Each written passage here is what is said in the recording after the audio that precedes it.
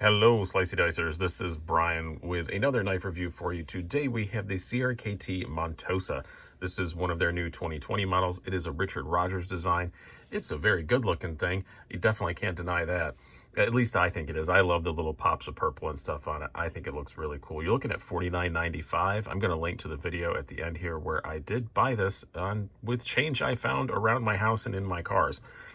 I did a little video where I just went to a Coinstar and dumped a bunch of change in and see how much I had, and then I went to some local box stores to find one.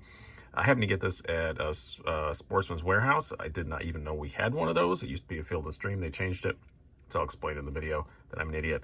But yeah, they just had these hanging on the rack in the little blister packs, and you'll find this in lots of places like that, Bass Pro Shop, places like that. It is one of CRKT's new 2020 models. They're really pushing a lot of them out there to stores like that, but you can also get it at your favorite knife retailer everywhere, and almost everywhere. They're that same $49.95. For that price, you were getting some really nice G10, and as I said, I think a very attractive looking design, very nice deep carry pocket clip. I like the purple. Maybe you won't like the purple. I really like it. You are getting 8CR13 MOV want steel and Teflon washers, which we'll get to it. I don't have a problem with the washers though, but the steel, a bit disappointing for 50 bucks. But again, this is a knife that a lot of people are just gonna be able to go get, and it does have a lot of really nice details for that price. For example, recessed pocket screws. If you're going to deep carry clip on, put recessed screws on. It just makes sense. And lots of things to like about this, a couple things not to.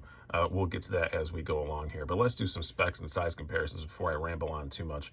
We have an overall length of 7 3/4 inches, a blade length of 3 1/4 inches, a blade thickness of 0.125 inches, handle thickness of 0.45 inches, and a weight of 3.15 ounces according to my scales.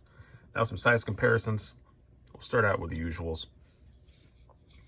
We have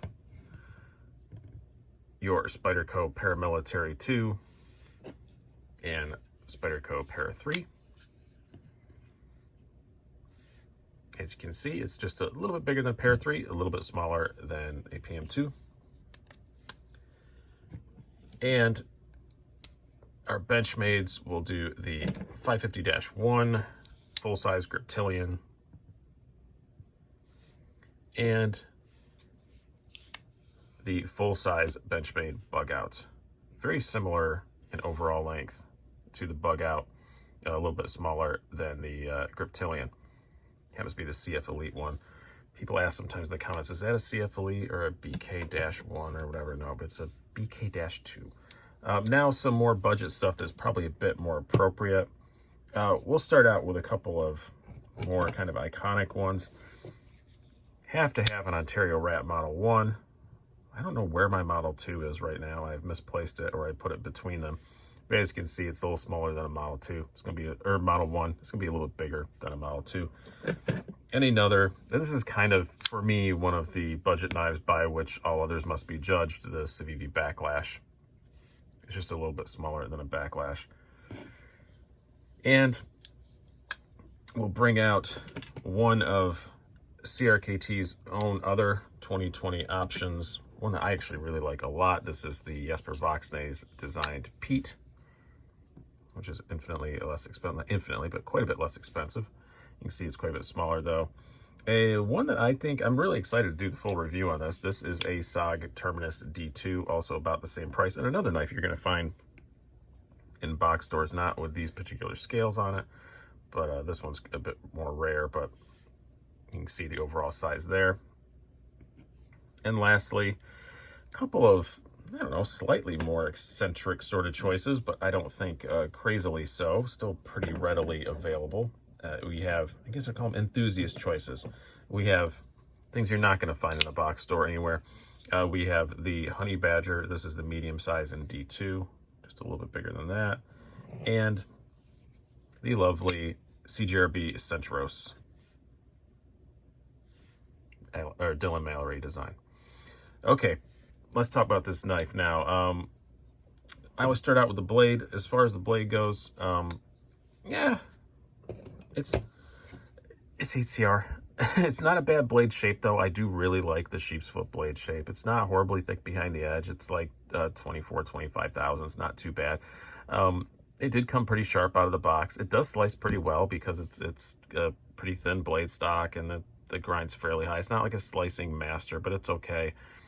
That sheep's foot isn't a great piercer, but I really do like the blade shape overall for kind of just general EDC sort of use. But I guess the issue I have, it's HCR and it's $50. I would like to see, 14C, which CRKT never uses, so that's probably unrealistic, but D2, something like that.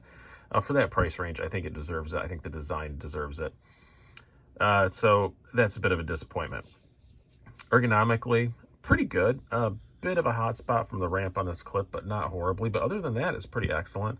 The G10 feels really nice. These ridges were a bit sharp. I've been carrying this a fair bit. They wore right off really quick. I think it was just, the milling marks or whatever, but they're perfectly fine now. And it's pretty comfortable in the hand. Not too bad. It's not like mind-blowingly awesome, but it's more than fine. So I would call it a more than meh, but I'm not like blown away by it either, just because of that ramp from the pocket clip. As far as the carry goes, though, it does carry extremely well because of that aforementioned clip and the recessed screws, which makes it so much easier getting out of the pocket. It's just super easy to slide in and out. Really nice to carry. No flipper tab, so nothing to, catch your hand on. Weight is pretty darn good. It's below that, ounce per inch thing that we like, blade length to weight ratio. And it's not bad to carry at all, I do have to say. I did really like how easy it was taking it out of the pocket. Now, yes, you do a big CRKT thing. And I think, I always will say, like, if a logo on there doesn't look like a knife logo, I think even, not the average Joe, but a whole lot of people do know CRKT means knife. So I do wish that logo wasn't on there. But other than that, I have no flaws with the carry whatsoever. And honestly, no flaws with the action. I thought, running on Teflon, I was going to be disappointed with it. But D10 is awesome. It's actually fairly drop shutty. You have to give it a little flick, but then it just falls shut. I like that. I really do. I think the action on it is actually one of my favorite things about it, and I was not expecting it to be that. I do like a thumb stud knife versus, your usual flippers that are a dime a dozen. And I just really do like it. The action on it thoroughly impressed me. And like I said, I really like the look of it. I think it's a great design. CRKT does have kind of a reputation, for better or for worse, of taking, really big name designers such as Richard Rodgers in this case, and maybe going a bit too low with the materials. And I guess maybe that's kind of what they did here. It's not horrible. It's just the fact that for $49.95, even if you're not going overseas, insane, Chinese stuff that you can get for $20 with, D2 and ball bearings. If you're not going for the weird stuff, just like I said, this is another knife that you can buy, at your local brick and mortar shop. And they were out of stock of these at the moment, but the place I went to usually does have these, and they're about the same price. And for that, you're getting whatever SOG calls their version of the Axis lock. I don't remember. You get a flipper and all that stuff. You're getting D2.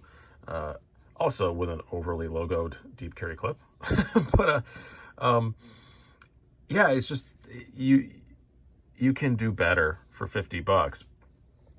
Not saying this is a bad knife. If you really like the look of it, then good on you. But on the upshot, now that I've kind of just trashed it for the price, I will say for $50 also, if you are a non-knife guy and you walk into a knife shop, or not a knife shop, into a brick and mortar store, and you're looking for something and you see one of these and you pick it up and $50 is kind of your max budget, you're not going to be disappointed by it.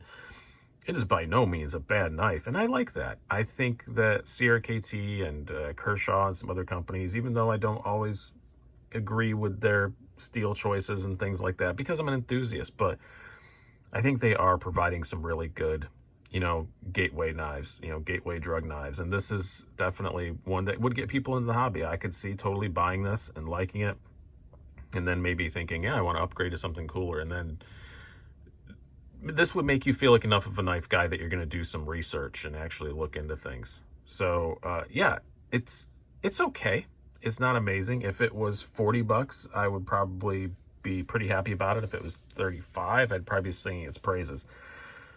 But at $50, yeah, overall, I'm kind of meh I'm going to say not recommend to an enthusiast, but if you're just a guy walking to a brick and mortar shop and you pick it up and then, like me, you do your research after you buy the knife and now you're watching this video after you bought it, you didn't do bad. You're fine.